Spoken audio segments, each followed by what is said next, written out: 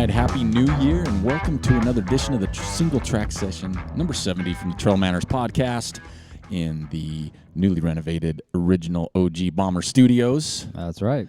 We're sitting here on some chairs today. I know. We've upgraded. We did. People don't know this because it's not a visual show, but for the past, when we're not in the Bomber Studios, every show we've done in Bomber Studios, we're sitting on jump boxes. Yeah, the plyo boxes. Plyo boxes. Yeah. Today, Joe brought folding chairs. From the house. From the car overnight or something. Well, they were in the shed. Cold. They were in the shed, and I got them, and they're still a little cold. I'm in shorts, really thin shorts. And I don't think it would matter if you had thick shorts on. Really? It's like 19 degrees outside. Man. These chairs are cold. Yeah, so, yeah, it's good to be back. It's a new year. It's 2018, so we've left 2017 in the past. That's right. Hopefully we learned some things, good and bad, and we're embarking on a solid 2018. Hopefully the year goes better than my run yesterday. Yeah. So Joel and I hit the Bonneville Shoreline Trail. We usually meet at 22nd Street. We do our 5 a.m. running, and we usually meet at 22nd, but it's super sketchy, icy. Yep. So we went to the Canyon Trailhead and ran on the shoreline, which is like 12th Street. We went north. Yeah, for 3 miles. For three, almost 3. Yeah, it was like 5.8, so like 8-mile run. Yeah. And we were coming back. Yeah. And we hit our last turn, just this killer descent to the car. That's a fun descent usually. And, ate it. You ate hard. I've never fell that hard before. There might have been a small earthquake. If there would have been snow problems, we'd have been engulfed in an avalanche. Yes. Except for me. I would have just laying down. It would have went over top of me. Right. And I told Joe, the only thing it reminded me of was Charlie Brown not kicking a football. Right. My feet went straight up in the air. They were above my head. I could see them. Yeah. And I was turning my head to look where I was going to land, and I stuck. The only thing that was there was my elbow. Yeah. I landed right on my elbow, all 743 pounds on top of me, and my shoulder made these crazy noises. Yep. Knocked the wind out of me, and I just laid there. You did. And rolled around like a beach whale. Uh-huh. Jill's like, Well, first, I heard you fall, and I ran faster because I was afraid you were falling forward. Yeah, falling into me.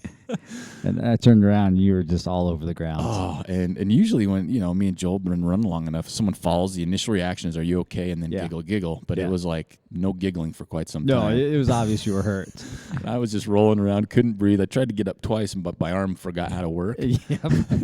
My arm was tingly, my hand was numb, and it's been hurting all night and day. You rallied and you ran it into the car. Well, because I just wanted to get in the car. Gotcha, because that was cold. Well, that and I wouldn't have to cry in front of you. Yeah, that's a good point. I don't want to see that. Yeah, I don't want to lose some more man card privileges. Right. Well, what was funny is I was talking to somebody else this morning had ran the same section, and they fell. Same spot area. Same spot. Man, we've run on ice before. Yeah. But that was like, I was like it a superpower ice, like Silver Surfer ice or something. I don't know. There was no warning you were down. It was like you didn't have time to catch yourself. That section's always windy, so it's got that glaze from the wind. I don't think it gets much sun right there. That's how my life has been since I fell, is this Yeah. I just can't. I'm like, that Hopefully was not nasty. glazed donuts. No donuts this year. I'm 3 days in, and I would say eating healthy, but I'm just not eating. You're just not eating. That's healthy. That's healthy, right? But yeah, it was a good year. Start off the year. Kind of fun, too, because we posted. You're more than welcome to post here on our Facebook page on this post. But we talked about, hey, what do you want to see from TrailManners in 2018? Give us some ideas. Right. What do our listeners want? We're here for the listeners. Yeah, we are. There's shows absolutely we want to do, guests we want to talk to, selfishly sometimes, but we also like, these are good stories. People will love them. Right. But it's like, what are we missing? What out there? And, for the most part, people are like, you guys are dialing it in. Yeah. Keep it coming. But we had some really good ideas, too. We did. And I think we're going to follow up on many of those, to be honest with you. Well, there wasn't really the only one that was kind of not worth following up on was Brady's, about covering some some road marathons and some. Yeah, he got DQ'd right away. Yeah, and I almost deleted the post, but I thought, no, this serves a good reminder to people not to be the naughty child. That's right. So, but yeah, really great ideas. Keep them coming. If they didn't see the post, have a new idea, and just realistically all year long, if you have ideas, shoot them our way. Right. We'll weigh them out. We'll check them out. If they're really silly ones, we'll giggle and not do it. If they're really bad ideas, we may not even respond. But for the most part, you guys are pretty spot on, and you know us well enough that you know what we're into. So yeah, keep those coming because those are great. last week. We haven't covered a lot of races lately because it's kind of been a down or off season, but there was across the years this past weekend. Yeah. So that's I don't get it still. What's 24, 48? There's I think there's a 6-day race. And 24, 48, maybe 72? Yeah. And a 6-day race. Yeah, I don't know the whole scope of it because all I know is people are doing circles for a long time. And is that on a dirt track? Do you know? Is it dirt and concrete? I want to say. Is it a mile long? I don't. What's its deal? I don't have the answers. Yeah. I did, but my fall yesterday rattled some beta loose. Right. I don't have all the answers, and I apologize. Many people out there will. I'm sure someone will post it. But, right. But essentially, you're just running circles, laps. They count your laps, and each lap is so long a distance. Right. Is it washing machine style? Do you turn around every time you finish? What's going on there? I don't know. Is it the same? That'd be kind of terrible to do the same loop, same way. And that's part of my thing. 100 times. I need someone to explain that to me still. Like I know people love them. I mean, there's people that's what they do, right? I know Corey Reese did this, and he was explaining like there was like some duck he saw every time. He got upset every time he saw the duck. He and the duck had something going on. Yeah, exactly. But yeah, so, I mean, people, it's crazy. I mean, we had some friends go down there. We did. Forrest Stewart went down there. Misty Alessandra, he's been on the show. She just killed it. She did. And Steve Montano, man. Got his first ultra finish. Like 40-something miles. Yeah. I'm like, what's up, buddy? That is ballsy. You go down there and do that for your first ultra. Yeah, it's like, I'm just going to run around. Yeah. But it's so cool, though, to see what people can do. Because to me, don't get me wrong, it's physically challenging, but the mental part is through the charts for me. Like, I can't get on a track, a high school track. If I do one lap, I'm like, yeah, that was not really. That was hard. Yeah. I ran around Hayward Field about a year and a half ago. Yeah. It was so long. That 400 meters is super long. I thought, man, no wonder why Oregon's track team's so good. Their track's bigger than everybody It is, else's, right? Man. But yeah, so, man, that's awesome for people that did that. It's a cool event. It's got a lot of history to it, and it's a big event.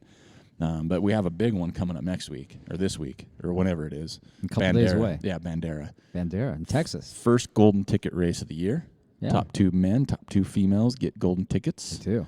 And fast field so far. There's a fast field. You've got Bob Shebest for the men. You've got Cody Reed. Yep, Cody Reed, Chris Mocco. Yeah. So I mean, there. And we, following our show last year is Bob Shebest. He ran a bunch of golden tickets. Man, he missed out every time. Always third, right? Always the bridesmaid. So this will be pretty cool. And there's some fast women in this one. Camille Herron's going down there. What's up with her not taking a break? I don't know. I don't know. She's superwoman. I think a lot of it for me, when you see her run, when you see her interviews, I think she just loves it so much. She does. It's not like work. It's not like racing. It's just she loves it. She loves running. Not that no one else does, but I mean her level, the way she does it. She's, you see some people do it for different reasons, right?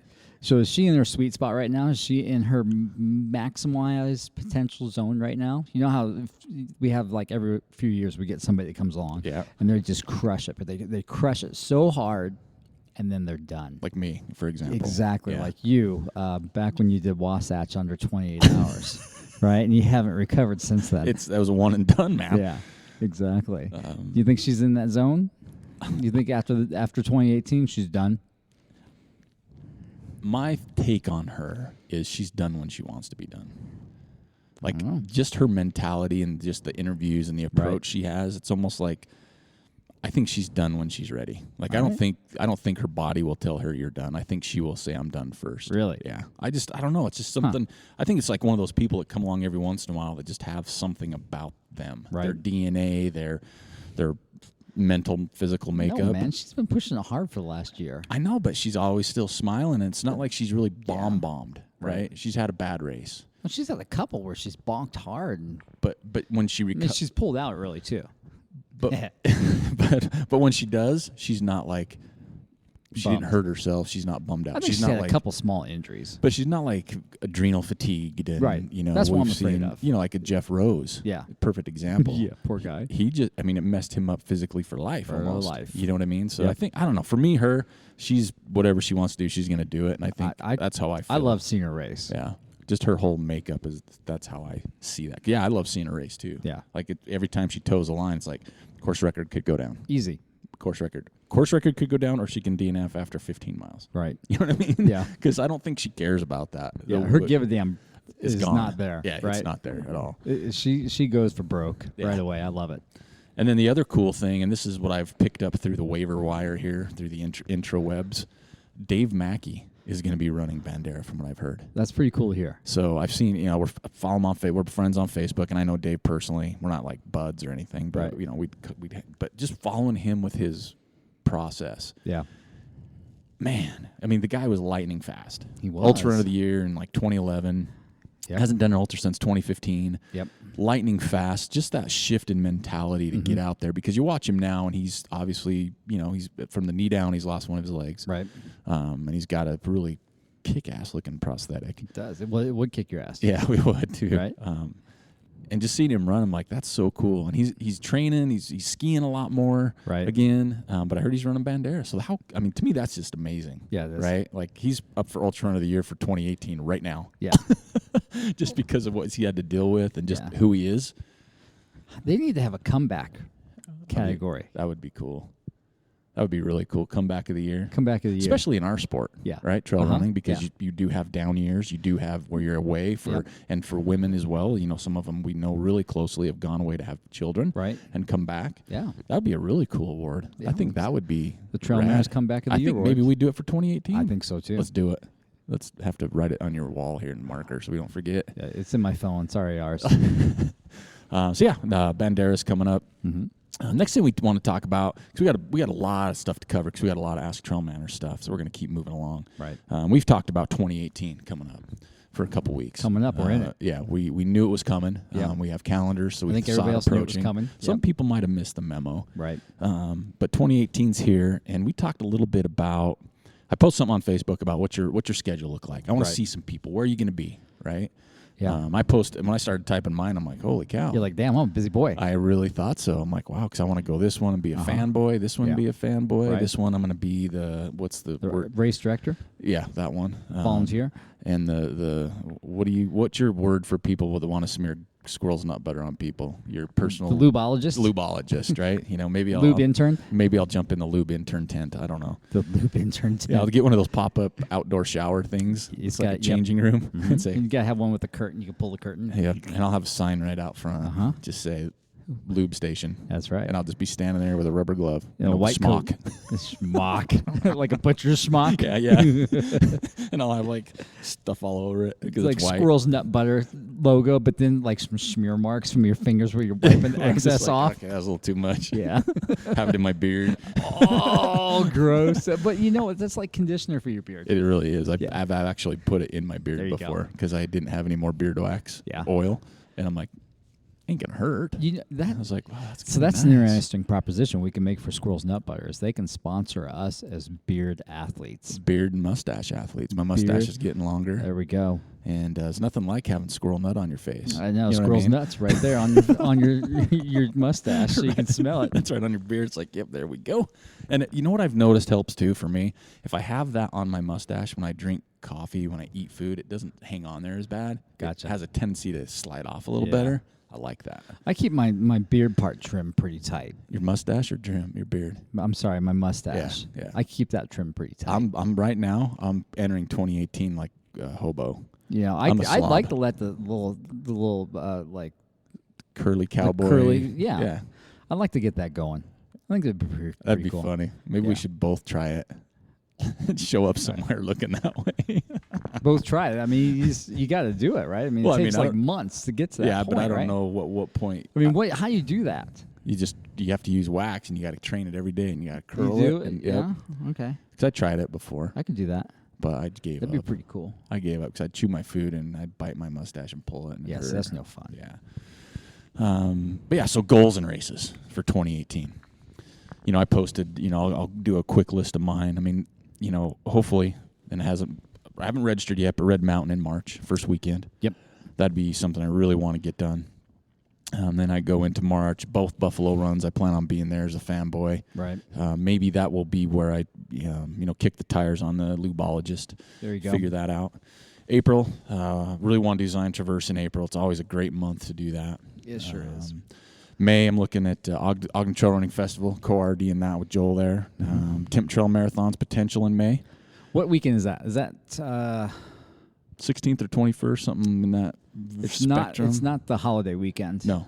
Okay. So let's see. The Trail Running Festival, bumped it 4, back. 5, 13. It's like the 20th, maybe. I'm going to say the 20th. That's where I'm going right now. Same weekend as Ogden Marathon? I think it usually is. Okay. That's always nice to get at Ogden for that. It is. And then it starts. That's when things start to get more serious, right? Hit June. Because June, potentially, I might go up to Smut. And I'll probably go up there. Don't get me wrong. I'd like to go up there, fanboy it. Yeah. I get to hang out with Luke Nelson. We wouldn't want to hang out with Luke Nelson. He's a handsome fella. So that's potential. But then, I got Twisted Fork, which I'm registered for. Right. Right after that is Beaverhead, 100K in July. Right. Right after that, literally, July, Palisades Marathon. I'm just doing the 26-miler. Mm-hmm. And then August, El Vaquero. That's where I'm going to volunteer, hang out. Long as Ty'll still have me. And then the Ute 100 in August. And then I'd love to do the Teton Cirque in the last of August. Yep. After recovery from the Ute. But I really want to get the Cirque done this year. I think that might be my bucket top this year. I'm tired. Like you have to do that. Yeah, because it's been like 5 years talking about it. Easy. And I'm like, and we don't, and it doesn't happen. It's snow, it's health, it's name something. And I'm like, no, this is it. It's not a race. It's something I need to do. And then September, probably be around Wasatch. I'm not running it. And then the Bear 100 is my baby. Mm-hmm. And then December, Capstone. I'll be back to that. Go back, hang out. Yep. And also the Nordic Valley 7K for year 2. Yeah. So that's kind of a pretty deep, and I still want to do some adventure stuff. That's a lot. It is, but I still want to do some adventure stuff, whether it's up in the Uintas, up Kings Peak, Ruby Mountains. Right. Maybe, I've even entertained the thought of having Ty show me around up in his neck of the woods a little bit. Yeah. Because he's talking about other trails that are just crazy cool. Yeah, he has. Wouldn't mind getting up to running with the Idaho Falls Trail Runners, getting out on the Palisades area before time, just because it's super cool and not too far. Mm-hmm. Just to kind of explore a little bit instead of just sticking always in my backyard for training. Oh, yeah, I got to add that to my list. Yeah. I got something on my list. He's getting into his phone again. Well, that's where my list is at. On your phone? It's on my phone. So, yeah, that's kind of my the biggest goal really is just to take better care of myself in all aspects. I got to so true. Watch the cheese curd intake. It's not going away. Yeah. The IPA intake, only go high-class beers. That's my goal. Oh. It's like if I'm going to drink a beer, it's going to be like, it's going to have some bang to it. Not just it's a beer to have a beer. So I'm raising my game there. So are you eliminating like fresh squeezed? No, that's still one of my top favorite tasters. So, I mean, what are you going to eliminate? Like PBRs, like out? No, I think that's my safe word, PBR. It is. You have to fall back on something like that. But I think overall, it's like I'm just not gonna waste my beer money or palate on just think stuff about that's it. Beer there. is 250 calories every time you drink one, basically. That's a lot of calories. Yeah, that's like 10 push-ups. That's a lot more than that. So yeah, that's kind of my thing. And just kind of stay healthy. Really want to crush TrailManners for 2018. I think there's a lot of potential to do some cool stuff. And really, I want to meet some new people, man. That's been so cool in 2017 is getting to meet like a Lori Foringers and Eric Thomas and just a bunch of Palisades crew. Exactly. Just all these people that we get to see at races that maybe we normally don't get to see is just awesome. And so that's what I really want to look at. And that's why I was saying post races, because I want to see who I need to look out for when I'm there. Well, And of course, me and Jill always make this request, but if you could come up and say hi to us, that would help, because there's a lot more faces, and we're really bad at interaction in person, I think. Well, once you get to know us, we're... Yeah, you regret it. Ask Lori Foringer, right? Oh, my gosh. Vaquero. Poor thing. But yeah, I mean... That's kind of my year in a nutshell. A lot of personal things I want to square away this year, but a lot of it, I just need to take better care of myself and get in the right mind frame for Aric Manning too. So I'm almost done here. I'm stalling. I'm adding my notes. Joel's got he's there we go. typing with one finger on his phone, so I'm stalling here. Yeah. So here we go. It's Joel's turn to talk about a little bit of Joel Hatch for 2018. It's like goal based, right? So I got on the scale the other day and about had a heart attack. I mean, I knew it was coming because of the way my clothes felt, but I need to lose 30 pounds. Okay. So I weigh the most I've ever weighed in my life. I may do that, and I told you I'm not getting on a scale right now. Yeah, I got on the scale right before we got on the show. Yeah, I saw that, and I'm like, yeah. So last I got on the scale the other day, I weighed 170. You're like throwing it to the world right now. Yeah. You're like, and today I got on there, I weighed like 169.8, which is basically 170. Yeah. So I had the that sucks moment, and so I need to lose at least 30 pounds. So you're okay. Yeah, at least 30, maybe even 40. So I would love to lose a kindergartner as well. Yeah. So if I lose 40 pounds, that's my ideal race weight. Okay. Okay. Need to work out in the gym twice a week. I have no excuse. I own a gym. You're here at least twice a week, all right? the time. So I need to start doing that again. Need to work on my mobility. Oh yeah. Sheesh. Yeah. Keep things healthy. Yeah. Yeah. That's a good one. That would be a good one. So that's just kind of thrown in there with the 2 times a week in the gym. I want to run 2 new races. Oh yeah, I've nailed that one. And I got that. So Twisted Fork and the Ute. Yep. It's the same 2 for me for sure. Red Mountain would be new for me. Yeah. Palisades would be new for me. Right. Yeah. There you go. So you got that down. Yeah, nailed it. Starting in March, I want to have 3 quality run workouts a week. Now you're not talking just about running on the trail. You're talking about either hill repeats, speed work, fartleks, something like that. Okay, I still don't know what a fartlek is. That'll give me 2 months to kind of have nice base building. Okay, period. Gotcha. And by then, hopefully the trails will be melted out too. Yeah, it's hard to have quality right now on the trail. It's more about base. If it gets snow and then it's packed out, then you can get quality. But we're in that in between where it's super icy. Yeah, and it's little sketch balls. You're kind of tiptoeing sometimes. Yeah, exactly. Or falling on your ass. So I think starting in March, I'd like to implement that. That would be nice. And then I've kind of done this in chronological order. Okay. How I'd like things to go. Okay, that would be nice. So we're to March. We're in March. So Red Mountain, I want to get that under 7 hours. Okay. Right. You'd 50K. 50K. See, I'm going to do the 30K. What the hell? Yeah. Okay. I think we can still be friends. By the end of April, I'd like to set a new PR in Malins. Oh, I like where this is going. Yep. I'm going to start training with you. Oh, wait, I already do. Yeah. Then in May, the weekend after the trail running festival, I'd like to go back and do the rim. Oh, damn. I got some, that's one I don't know if I want to do again. I want to do it again because last time was so miserable at the end. 2 times I've done it. Both were miserable. Yeah. So, but it also leads up to a race I want to do in June. So it's good training. Gotcha. So it could be some heat training plus some elevation. Then in June, I want to finish the Scout Mountain race under 30 hours. Which one? The 100-miler. We haven't talked about this. I know. You shocked me. I'm good speechless. at keeping my cards you really to are. my chest sometimes. You are for sure. Right? Wow, 100.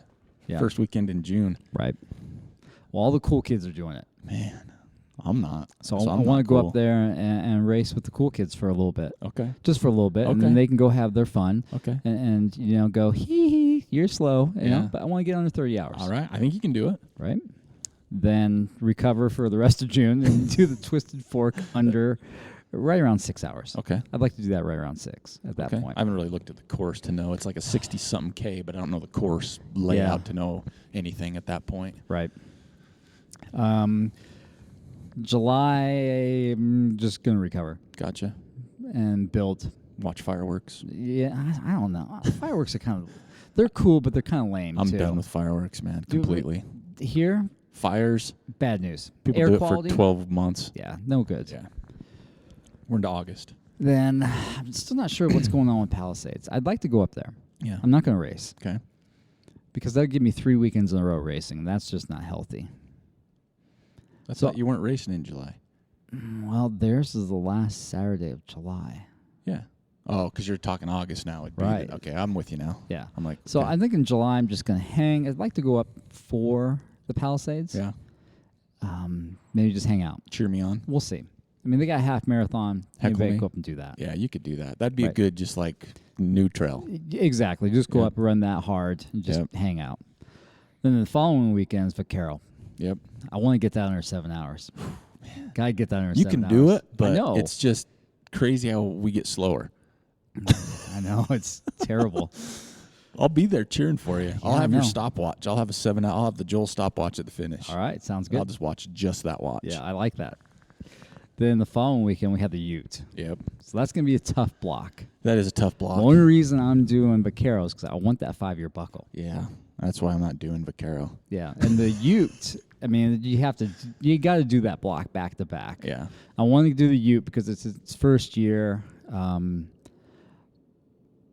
we talked a lot about this off mic yesterday, and I'm not quite sure if I want to do the Ute again after this year. Yeah.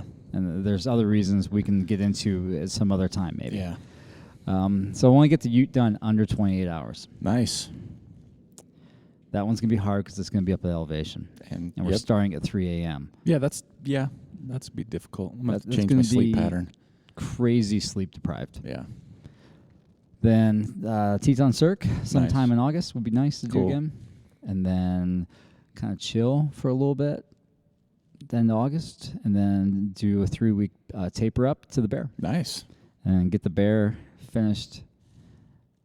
I'm ready to hear it. Finished. Just get it finished. I'm not going to tell you what time. I was going to say. what time I'm shooting for, but yeah. I knew there was a time. And Like, it's then not a finish. When you were stalling for time, I added, I want to run Timp. I've never run Timp before. Timpanogos. Just the fun stuff. Yeah. Oh, okay. I'll go with you. I love that. I've done it. I've never done it. I It's want to cool. go do it. It's really cool. No, I mean, it's so whenever it melts legit. out, I want to go do it. Okay. Right? And then we got to go to Lake Blanche Yeah. with Flip Phone Yeah, Martinez. that'd be fun. She needs to take us up there. Yeah. It's her stomping grounds. It is. Right? We've never been there. No. And she's there like every day. Yeah. I think she's there right now as we're recording the show. Probably. Yeah. So that's kind of like my goals right now for 2018. Nice. I left one out. Yeah. Because everything's starting to come fresh. It's not a running goal. Mine is this. You don't have a nickname. Who? You. Oh, man, I don't want a nickname. I want you to have a nickname. Why? Everybody needs a nickname. No, they don't. Yeah, they do. And mine's Manners, right? Yeah. And people call me that. But you need a nickname. No. Yeah. No. I want someone to have a good, like, not just a silly, like, just lame-o. Adamantly protest that. I want a nickname for Joel for 2018. I want 2018 to roll around, and it's like how they have Butch Cassidy and the Sundance Kid. It'll be whatever, and Manners and whatever. That's my goal. But it's got to fit. It can't just be some random, it's got to fit. But yeah, I think those are cool goals. I mean, they're right along with mine. I just want to have a good year. Yeah. We've talked about this way too many times, but it's like at some point I want to just see what I'm capable of, right? If I'm just, we talk about consistency. That's the key. Last year was the worst year of running I've ever had, I think. Yeah, and if you're consistent, everything you mentioned with your times and your goals is possible. Yeah. Because it is such about consistency. It is. And we've seen it with other 2016, people. I saw that. Yeah. I was consistent for like half the year. Then you had a coach, you were very I ran with you, and I couldn't keep up with you. It really paid off. Yeah, for sure. And you were running And I'd like to go fast. back to having a coach. I just need to build that base up so I can commit to it. Yeah, mine is base and money. That's it. Yeah, that too. Yeah. Or I'd love one. But yeah, that's a good year. And we would love to hear what everybody else is. And I'd like to get some ideas on some cool adventure runs. And I know, we had a comment, and we do talk a lot about our neck of the woods because we live here and it's what we're familiar with. But I'd like to get some other adventure runs here, because I know of a lot of them, or quite a few, I should say. But there's some cool stuff. I mean, like you said, you've never been to Tim. We've never been to Mount Blanc. Those are like, I won't say they're easy access. It's not like it's a chore. You don't have to sleep overnight. No. It does take a little longer for the drive and everything else. But yeah, they're absolutely doable. So that would be good. So yeah, well, we would like to hear what everybody else has going on as well. I think that's it for that. Move right along. Move on. So we've been talking about, we've been helping out. We've been doing a lot with the Buffalo Run 25K on March 10th. Right. Super excited to be there because we're seeing more and more names, and people are signing up based on, all right, you guys talked me into it, or I saw this, because we've had those comments. So people are signing up based on us recommending it. Right. And I have no problems with that. Like, I'm not nervous they won't like it, right? Yeah, you're going to like it. Yeah, so that's cool.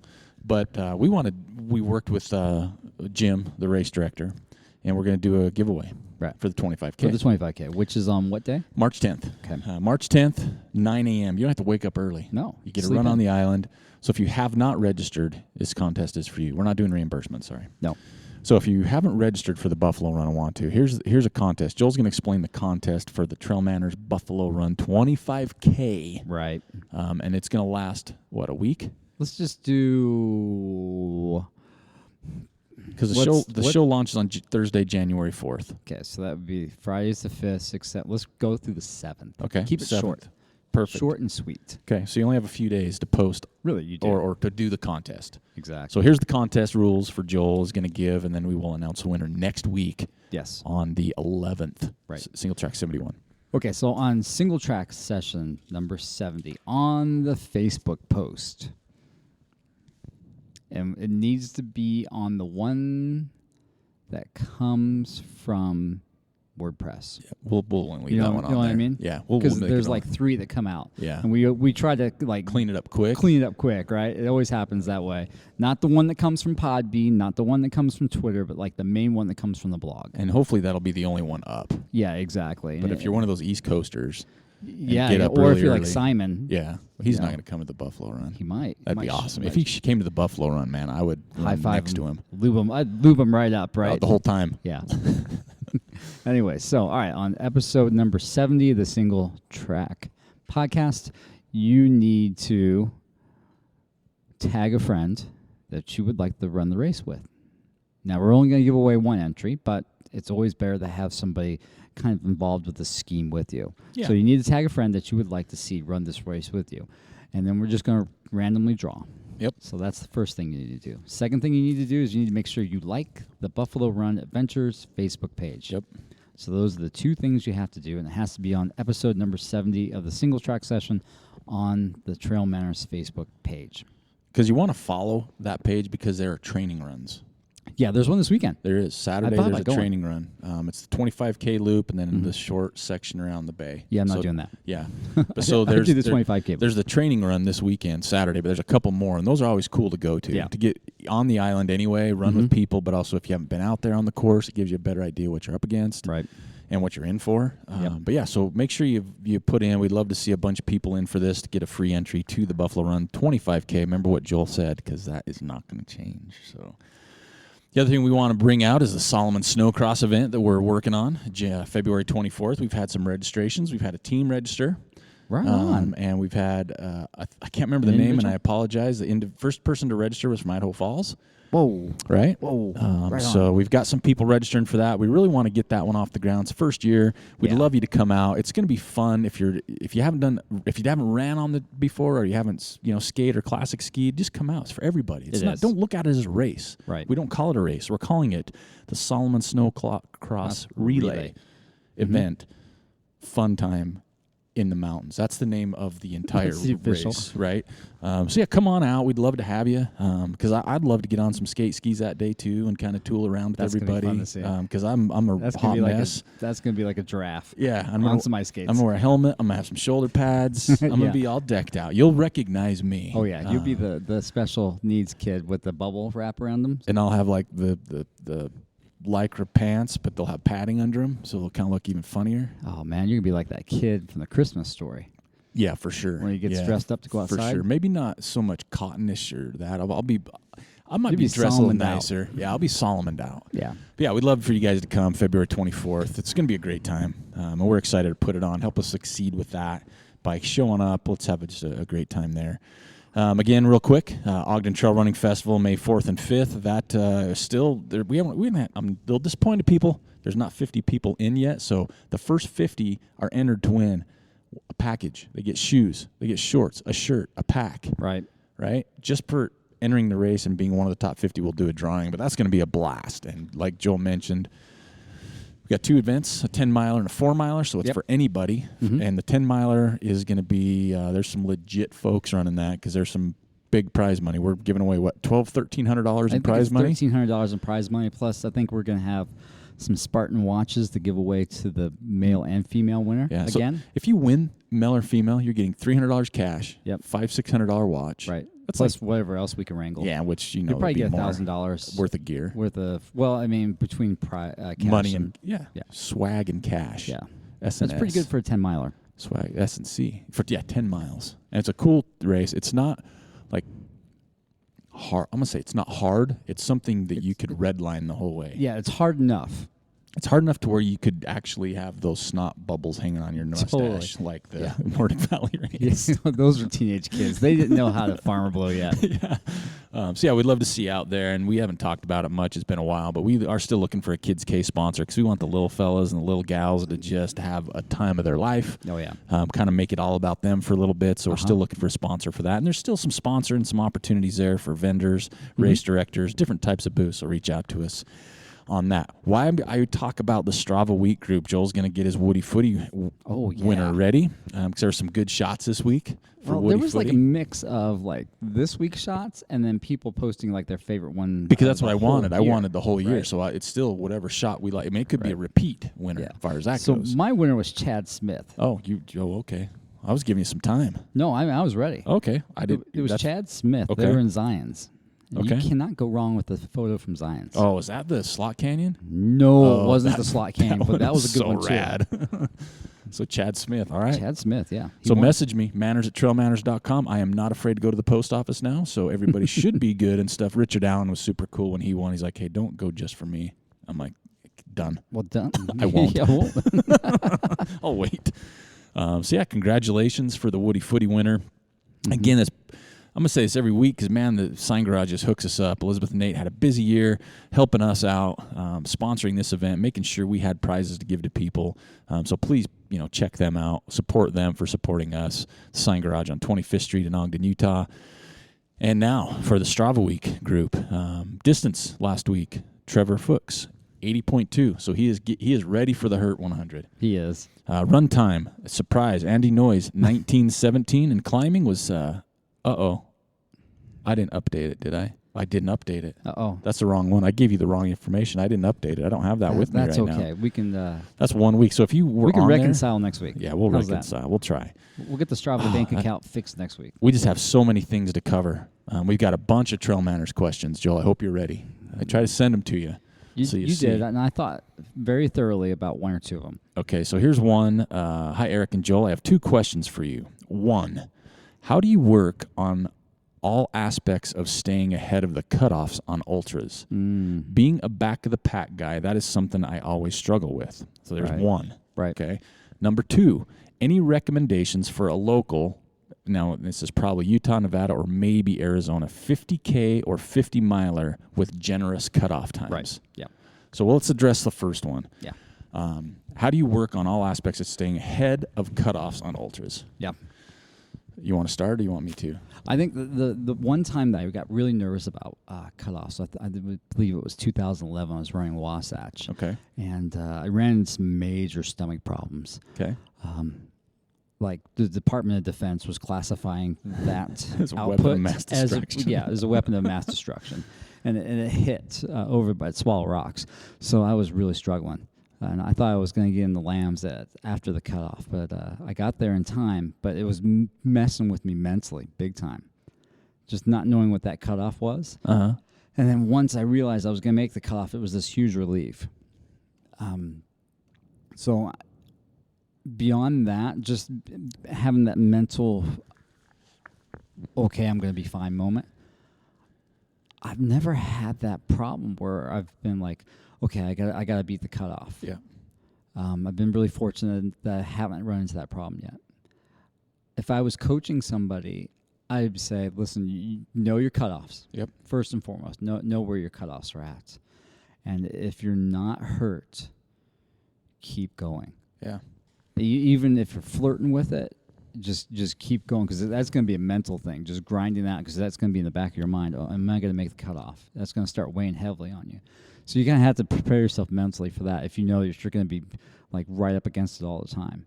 My second piece of advice would be to, and it's overly simplistic, but anytime you can run, whether it be the flats or the downhill, because that's where you're going to make up that time. If you know you're going to be slower on the hiking part, then plan ahead. Like, okay, I know I can make up time on the downhill or the flats. So I think that's how you're going to have to deal with that. And to add to what Joel says, a couple things. I've never faced that problem either, right? And which I feel happy about. But I think when I have talked to people, and I've actually talked about this question, especially early on. So first thing I would do is I wouldn't worry about cutoffs first part, right? Well, it's going to be in the back of your mind, but right? you can't focus on that because that's just extra anxiety. And usually cutoffs don't come later in the race. It's not to mile 10. You don't really have a cutoff at mile 10, really, right? Some do. Some of the harder races, something like that.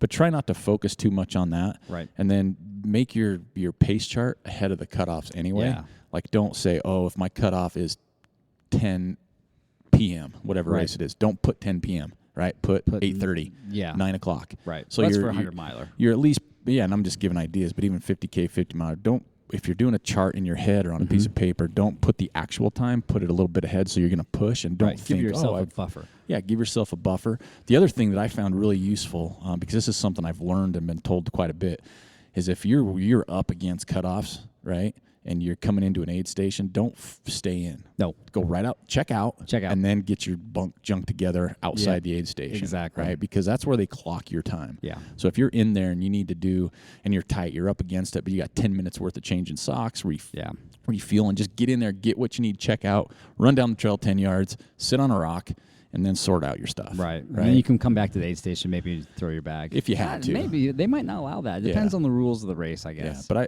but ultimately, you just need to know what you're capable of, your time. Give yourself a buffer, and especially the first part of the race, take it easy. Don't go out hard, but don't go out too slow. Don't be too conservative. Because if you're entering a 50K, 50-mile, 100-mile race, there's no reason to walk right out of the gate, right? Unless it's a tough. It depends on the course. Depends on the course. But get going, get your mojo, because you do training runs up to X amount of miles anyway. So get your mojo going, so you're kind of ahead of those times as it is. Right. So those are the things I would say, because I don't know if there's a secret recipe to it. There's not, because every race is different on the times. There is. If you're climbing, if it's flat. Right. So that's my advice. And then the second one, I'll start with recommendations on something locally. And he said Utah, Nevada, maybe Arizona. Well, we know who this person is and where they live, and that's why we're going to recommend these races. So I would recommend Buffalo Run. Okay. Because simple fact is they are local, and Jim does have generous cutoff times. Very generous. So the 50-mile is absolutely runnable. Right. Generous cutoff time. 50K, same thing. Right. And the aid stations are set up to where you don't need drop bags, really, especially for the 50K. So it's an easier race to not have to think. Right. And it's just an easy one with generous cutoff times. Those races, 50K, 50-mile, 100-mile even, that's the one I think of when I think generous, kind of local-ish. And again, it's not like crazy vert climb. So you're not like overtaxing it that way, and even could get behind. But you can even walk 3.5 miles an hour. Yeah, just flat, which is that whole stretch to the ranch and back too. Yeah, you can walk that pretty fast. So I think even if you're hurting, that's my number one. I think. Yeah. I think the capstone. I think that's. I don't know his cutoff time. I don't think he has a cutoff right now. Yeah, that's what I'm saying. He's really generous about that. So I think he'll stay out there all night for you. That's my quick down dirty one on that. Right. I think for that second part, and this is where I thought quite a bit about this question. If I was coaching him, I would say first and foremost, do what's in your backyard. Yeah. Red Mountain. Do the 30K. I'm not as familiar with that, but that's do the 30K. You can go out and you can finish that. I know who this person is that's asked this question. I know this guy can do it. Yeah, for sure. I would do that, and again, follow that up with Zion 50K. I'm not familiar enough with that course to say anything. I know what that course is. It's got the 50K has got one big butt kicker of a climb, but that's it. Yeah. And then you're running on that slick rock, it beats you up, but you can run pretty fast on it. Well, and the other thing, because we know who it is, it's in their backyard, they can get on the course. They can know what to expect and how long it's going to take. Good part of that course. Yeah. Exactly. Yeah. So that's a great I would do one. that. And then in June, Squaw Peak. Ooh. That's a tough one. Early start. Yeah, that's a good idea. He's got an early start. Yeah. He'll start you at 3 a.m. if you think you're going to take a lot longer to finish than his normal cutoff. Yeah. You're going to get... It's a tough course, though, for sure. It's a tough course, but he's building up to it. Yeah. And he can get that finish. Yeah, for sure. So that has a generous cutoff. And it's still local enough that he could come up here and do that. What else? I was thinking of then in obviously August, Vaquero Loco. Yeah. Yeah. 25K. Yeah, that's a good one. I would say 25K on that one. And then later on in the year, Javelina. Yeah, because that's down there in Arizona. Yeah, flat. Close to his house. Yeah. Well He run. could do, I think they have a short distance, not 100 miler, but I think they have maybe 100K. Okay. Something like that. So there's those. That's what I would recommend. And then he finishes up with love the show. It's always entertaining. It might be fun to hear some of the stories from some frequently mentioned non-elite runners like Flip Phone Martinez, Richard Allen, Grant Nicholas, or whoever. So Yeah. We'll work on that. So then here's the next question. I am an average runner who loves to run trails versus hard pavement. And I'm usually running something from 10 to 50K once. Nothing too crazy. In my mind, nothing too crazy in my mind. My wife might have a different opinion. What advice would you pass along to people like me who want to jump up from primarily trail halves to a 50K distance? Okay, so he's doing mostly half marathons, and he wants to jump up to a 50K. Do you know where this person lives? I don't. I don't have the name handy. I don't know why. It should be there. Yeah. My advice because I never did a half. I went straight to 25. Well, my first 25K, then a 50K. That was my progression. To me, it was all about time on my feet. If you can run halves, you probably run halves. That's 13.1 miles. Right. So you're basically going farther. Like, right. 50K is 32-ish, right in that neck of the woods. Yeah. A lot of it to me is time on my feet because my body adjusted with that. When I went too hard, like jumped too far in mileage, my body hurt. But when I spent time on not just running, but just walking, time on your feet. Right.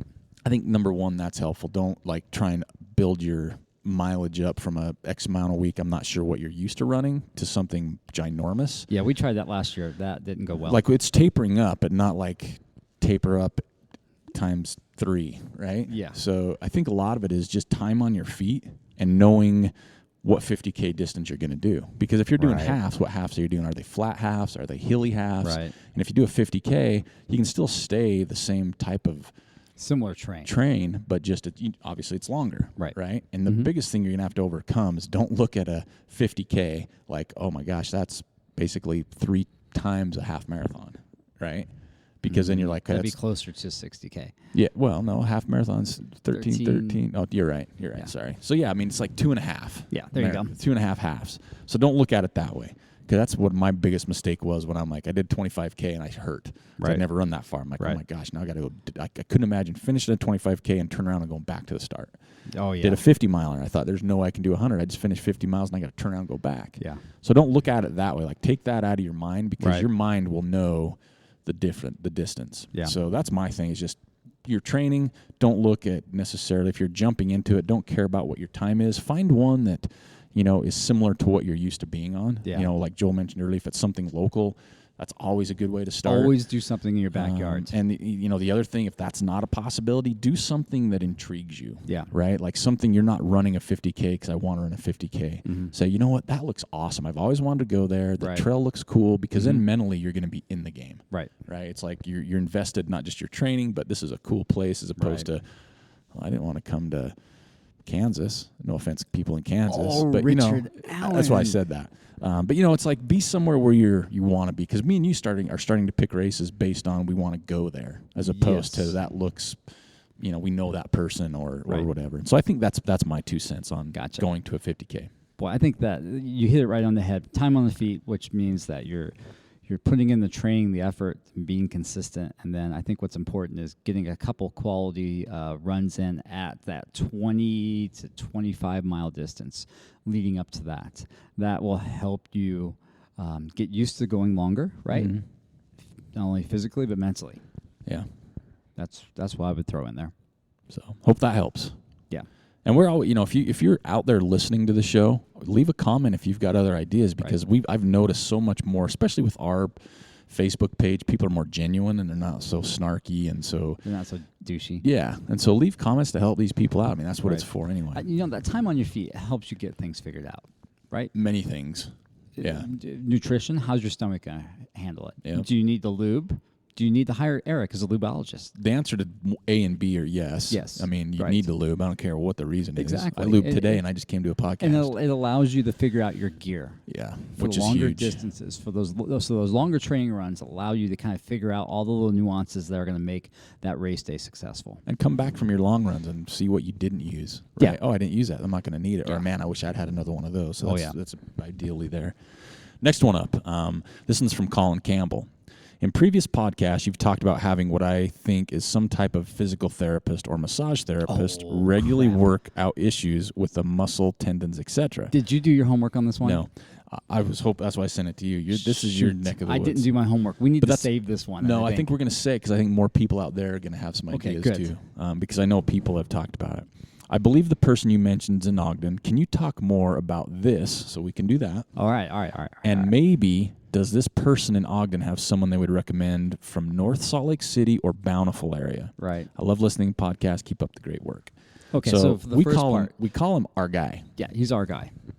Nate Graven is our guy. Yeah. In Ogden. In Ogden. If you can find his phone number. Yeah. It's on the Google. He doesn't have a website. He's on the Google. But you can call him up and chat him up. Yeah. He knows everybody. He knows everybody. He would be the best resource to find somebody in Bountiful or North Salt Lake or Salt Lake area. I don't know off the top of my head anybody down there. I don't because I don't know there's anybody people down there, but well, and I know a lot of people through social media have when we've talked to those people. Oh, that's my girl. That's my guy. Exactly. That's my guy. That's my girl. Right. So if you have somebody in those areas, or if you're somebody, let us know. I was gonna get a hold of Nate and ask him, but I totally spaced it. Yeah, too much New Year's Eve action. Oh, don't get started on that. That was bad. I had to mention that. So yeah, I think first of all, the first part of the question is I think it's such a huge tool for your arsenal to begin with. I think everybody has to try this. Yeah, that's like putting on. Well, you got to invest time and obviously money into it. Yeah, that's difficult. The money part. Yeah, but the payoff is just ridiculous. I feel so much better when I'm consistently seeing our guy. And I haven't been to him for a while, and I can tell little things that I wouldn't have noticed before. Like before I started going to him, I had no idea. Right. I finally started going to him like, oh my gosh, really? This is what I'm missing out on. My workouts were better. I felt better. I slept better. All these other things. So I think it's key to do something if you can, for sure. It's an investment. It's like buying a pair of shoes. It's an investment, but I think it's necessary. I think the best way to be consistent with that is to book out several visits, and that's generally what I'll do. Oh, I'll book out months with Nate. Right. Yeah, because you have to with him anyway. Especially when you start getting in the spring and the summer. Yeah. I'll go like 2 months out of appointments. Yep. And then just kind of refresh every appointment. Exactly, right? Because if your guy or gal is good enough, they're going to be busy. Yeah, which ours is. Yeah. And Corey that he works with is now the same way. Exactly. So yeah, leave some comments for that one. We apologize for not having an exact name, but you'll get one for sure. Here's another one, Mid-Pack Maestros. Here's a list of questions that someone who is just starting into the ultra scene and eyeing their first race could have. These are questions that people don't talk about or don't seem to talk about at length. This is a good one. And it's legit. Yeah. Right? Question number 1, poop. It happens. I'm well acquainted with doing my business in the woods, but what about in races? Do people carry toilet paper or wipes? Do you squeeze and shuffle till a porta potty aid station, if it exists? I'm assuming it's not taboo to pull off and relieve yourself, but literally no one talks about it. Gotcha. Plus, there is the issue of proper burial. So we'll hit that question first because there are a couple more instead of reading them 5 times. Gosh. So etiquette there. And I'm going to say this bluntly. Sometimes you don't have time for etiquette. And that's how I feel when you're running in the mountains if you're in a race or something. Right. Usually, in my opinion, in my experience, it's not planned. Right? Yeah, generally in a race, you're going to see somebody's backside. Yeah. But I mean, even when you're doing it and you have to, it's not planned. Right? It's not like I'm regular. I'm running. I need to go to the bathroom at noon. It's like, uh-oh.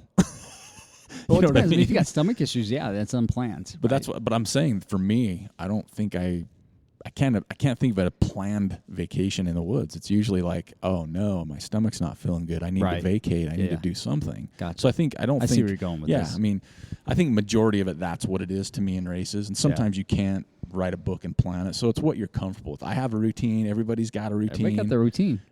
You know, there's proper burial routines. It's like pack it in, pack it out. Right.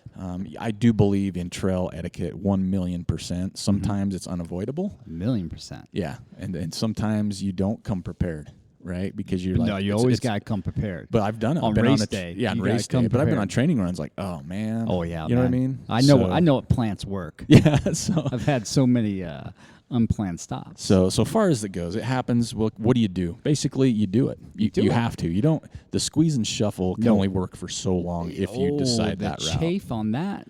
You know, if it's like, I can make it to the next one. Number one, you're not going to be going fast. No. You're going to, and I've actually had this before where I've thought I'm going to hold it until I find someplace. Yeah. I ended up not injured, but cramping and sore in areas because my muscles were acting like my legs. I wasn't like full stride. I'm doing some shuffle. Like a stick figure cowboy. Yeah, and so next thing you know, I'm cramping or I'm getting tight in my that area, hip flexor, in right? the ham shank. Yeah, so that's the thing. You can't do that.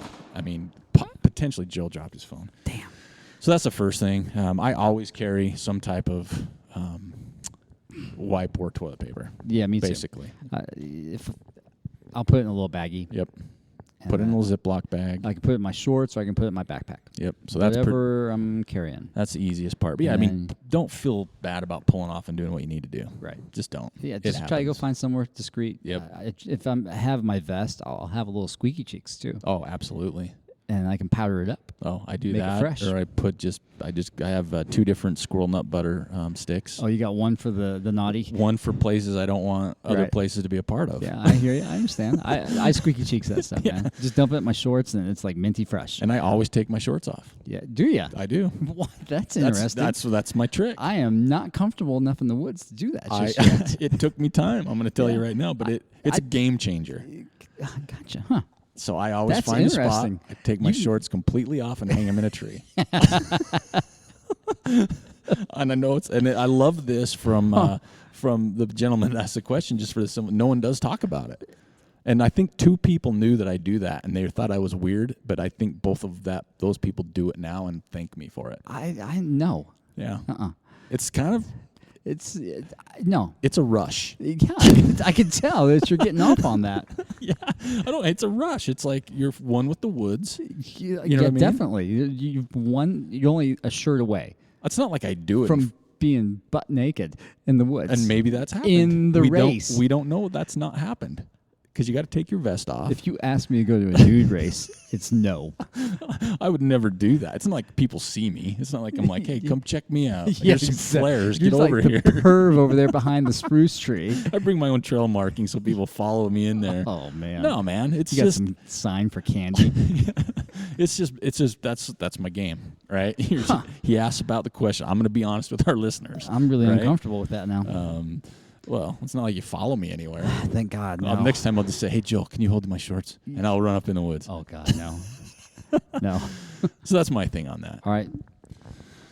Charging watches, maybe phones. Oh. On long races, are people carrying battery packs to top off? I'm sure that the purists would cringe at this, but it seems like the only logical answer.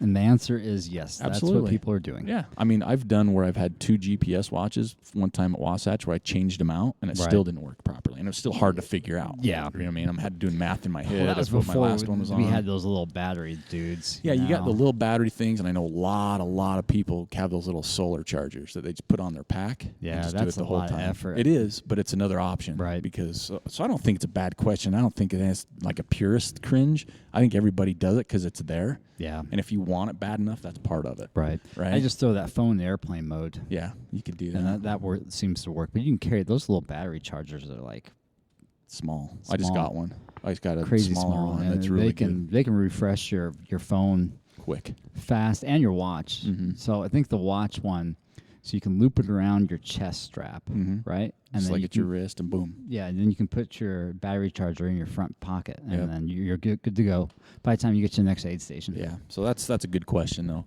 Last question from this individual, foot care. Everybody talks about taking care of their feet. People talk about blister care. Sometimes you even hear about people going into such depth that they are mentioning changing shoes and socks. Mm-hmm. What is foot and blister care?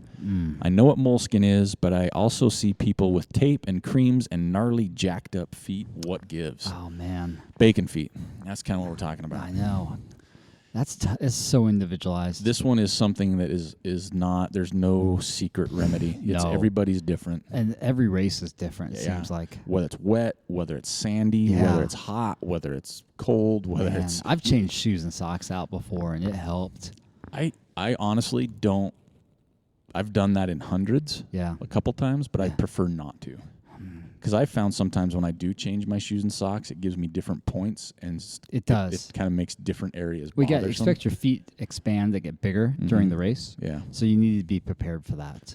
So for me, my foot care is I do squeaky cheeks and I do squirrel nut butter, and I have socks that I have trained with for years. Yeah. And my shoes that I know. I mean, to say I've never blistered silly, I have had severe blisters, but now that I'm dialed into what works for me, I rarely blister. Yeah. And it has to be one of those, you get on some gnarly technical up and downhill. Yeah. Your potential's there with your foot sliding. Oh, for sure. But squirrels and nut butter, honestly, they just got a brand new foot solve too. Yeah. It's peppermint smelling, which I found is crazy because it kind of refreshes your feet too, right? So I think that's something you have to test with. And then blister care is the next taboo one. Oh, man, I don't know. Blister care. I've had some blisters that will make you cry. Oh, yeah. And some you can't care for, right? But duct tape is what people really go to when worst gets to worst.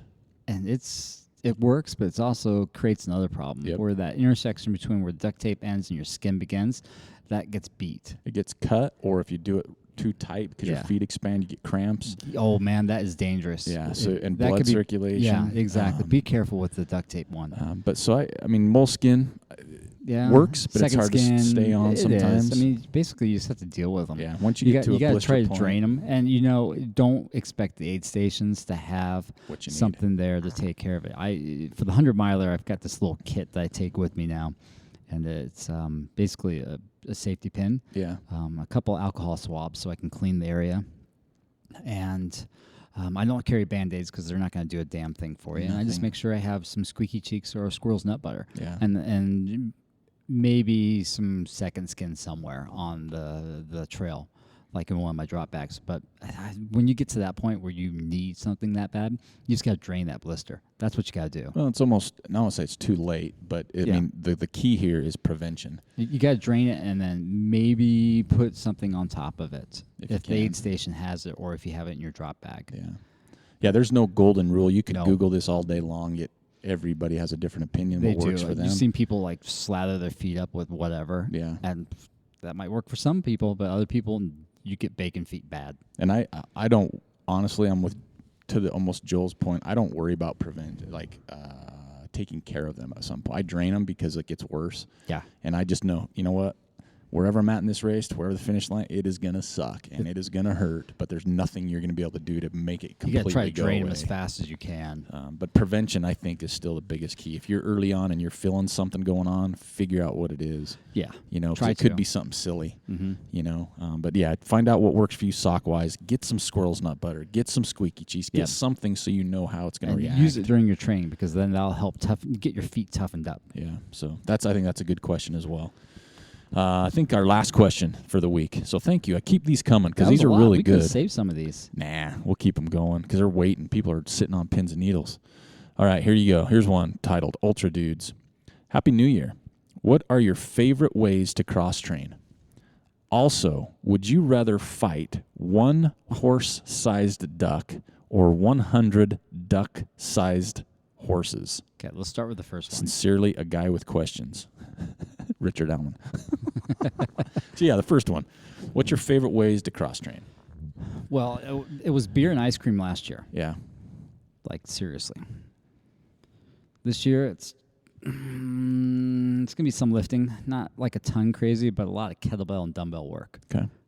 I think that's where I'm going to be at this year. That's what I would like to do this year. Yeah. Because I know when I've done it here in the gym before, the amount of positivity that came from it was ridiculous. Right. Like the strength, endurance, just the overall feeling that I was strong. Not even if I wasn't strong, I felt stronger. Right. A lot of body weight stuff this year too. Yeah. So that to me, that would be something I would definitely do is some kettlebells. I think because you can do so much with them. Yeah, you can. They're easy to have at the house. As long as you know what you're doing with them. Yeah. Because you could bust a TV quick.